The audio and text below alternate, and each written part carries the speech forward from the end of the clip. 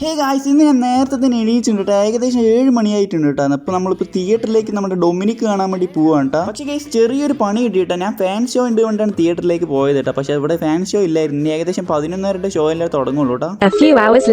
അങ്ങനെ ഗൈസ് ഇതേ കുറച്ച് മണിക്കൂറുകൾക്ക് ശേഷം ഏകദേശം 11 മണി ആവാറുണ്ട് കേട്ടോ. അപ്പോൾ ഞാൻ കുളിച്ച് ഡ്രസ് മാറ്റി നമ്മൾ ഇങ്ങനെ തിയേറ്ററിലേക്ക് പോകാൻ നിൽക്കാം കേട്ടോ. അങ്ങനെ ഗൈസ് ഇതേ നമ്മൾ ജയഭാരത് മൂവീസ് തിയേറ്ററിലേക്ക് എത്തിയിട്ടുണ്ട് കേട്ടോ. വടക്കഞ്ചേരിയിലുള്ള തിയേറ്റർ കേട്ടോ അത്. അങ്ങനെ ഞാൻ മമ്മൂക്കയുടെ ഡൊമിനിക്കിന്റെ പോസ്റ്ററൊക്കെ ഇങ്ങനെ നോക്കിക്കൊണ്ടിരിക്കുകയായിരുന്നു കേട്ടോ. ഞാൻ ആരെയും വെളിയിൽ കണ്ടില്ല കേട്ടോ. ആരെയും കാണാതായപ്പോൾ ഞാൻ വിചാരിച്ചു ഇന്നല്ലേ റിലീസ് എന്ന് പറഞ്ഞിട്ട് നോക്കുമ്പോഴാണ് എല്ലാവരും ടിക്കറ്റ് കൗണ്ടറിൽ കാത്ത് കേട്ടോ ടിക്കറ്റിന് വേണ്ടിയിട്ട്. അങ്ങനെ നമ്മൾ തിയേറ്ററിന്റെ ഉള്ളിൽ കയറിയത് സിനിമയൊക്കെ ഇട്ട് തുടങ്ങിയിട്ടുണ്ട് കേട്ടോ. അപ്പോൾ നമ്മൾ കണ്ടുകൊണ്ടിരിക്കുകയാണ്.